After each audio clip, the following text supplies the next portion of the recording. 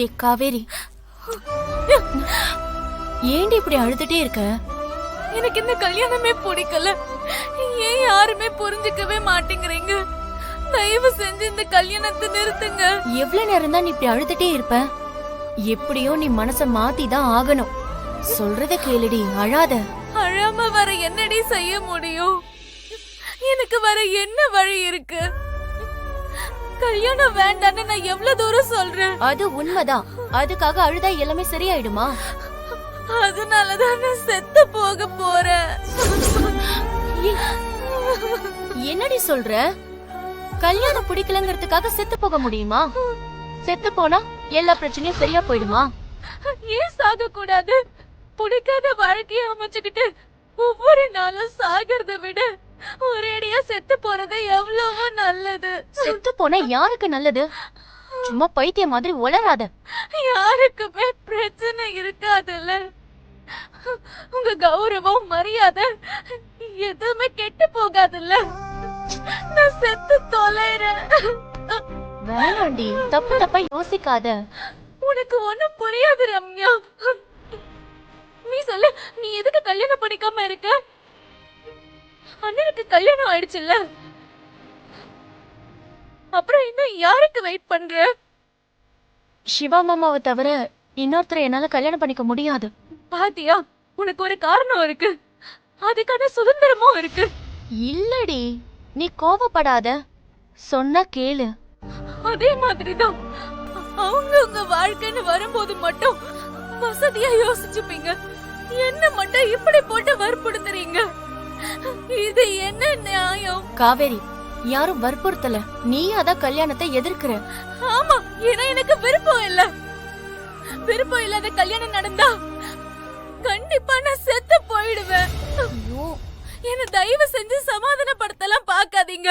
சாகவாவது விடுங்க ப்ளீஸ். அண்ணி, என்னடி? இல்ல அண்ணி, இவ அழுதுகிட்டே இருக்கா. கல்யாணத்துக்கு ஒத்துக்க மாட்டாளாம். மீறி கல்யாணம் நடந்தா செத்து போயிடுவேன்னு வேற சொல்றா. ஏண்டி அப்படியா சொன்ன? செத்து போவியா? ஆமா, நான் செத்துதான் போவேன். உனக்கு என்ன இப்போ? எனக்கு நெருக்கடி கொடுக்காதீங்க, எனக்கு பிடிக்கல.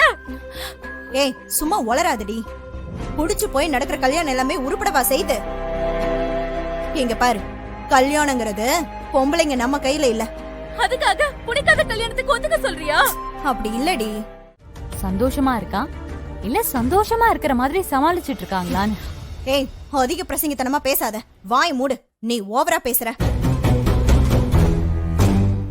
என்ன பிரச்சனை? நீ இந்த வீட்ல இருந்தாலும் இந்த மாதிரிதான். எந்த நல்ல காரியம் நடக்காதுமா. நீ நடக்கவும் விட மாட்ட. நீ முதல்ல இங்க இருந்து கிளம்பு. காவேரி ஏன் கூட வளர்ந்த பொண்ணு. அவளை பத்தி எனக்கு நல்லாவே தெரியும். உனக்கு ஏதாச்சும் தெரியுமா? அவளை எங்களுக்கு பாத்துக்க தெரியும். உங்களுக்கு தான் தெரியும். ஆனா தெரிஞ்சு அவளை சமாதானப்படுத்த முடியலையே. இந்த கல்யாணத்துக்கு அவளை சம்மதிக்க வைக்க முடியலையே. அவ சாக போறேன்னு தானே சொல்லிட்டு இருக்கா. இதுல இருந்தே உங்களுக்கு புரியலையா அவளுக்கு இது எவ்வளவு வேதனையா இருக்குன்னு? இப்ப கூட நீங்க எல்லாம் அவ மனச புரிஞ்சுக்கவே இல்ல. அப்ப நீங்க இவ்வளவு தெரிஞ்சு வச்சிருக்கீங்கன்னு சொல்றதுல என்ன அர்த்தம் இருக்கு? இங்க பாரு ஜனனி, சும்மா வாக்குவாதம் பண்ணிட்டு இருக்காத. நான் சொன்னதை மட்டும் செய். சிவா கிட்ட கொஞ்சம் அமைதியா போக சொல்லு. அந்த ஒரு உதவியை மட்டும் நீ செஞ்சா போதும். அம்மா, எப்படிமா நீங்களும் இப்படி பேசுறீங்க? என்னால இத சுத்தமா நம்பவே முடியலமா. இத பாரு ஜனனி, இதுல நீ தலையிட கூடாது. நீ தலையிட்டனா உன் சப்போர்ட்னால சிவாவும் வந்து தலையிடுவான். அதனால சிவாவுக்கும் அவருக்கும் பிரச்சனை பெருசாகும். தயவு செஞ்சு உங்ககிட்ட கேட்டுக்கிறேன். என்னம்மா இப்படி எல்லாம் பேசுறீங்க? நீ காவேரி கல்யாண விஷயத்துல தலையிட கூடாது.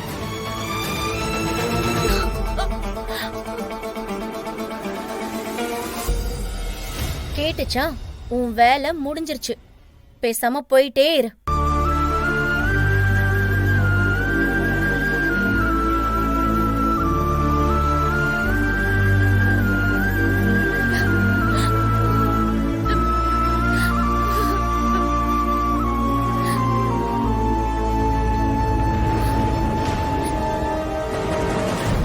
வந்துட்டான் மலேசியால இருந்து பொட்டியை தூக்கிக்கிட்டு.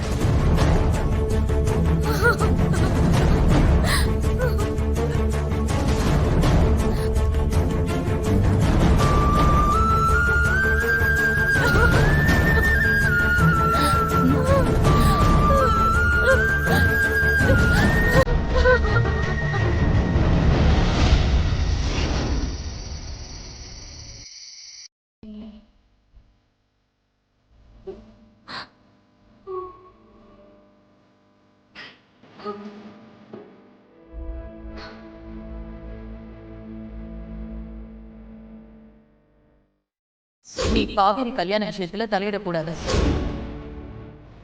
நீ தலையிட்டா உன் சப்போர்ட்னால சிவாவும் வந்து தலையிடுமா. அதனால சிவாவுக்கும் அவங்க அப்பாவுக்கும் பிரச்சனை பெருசாகும்.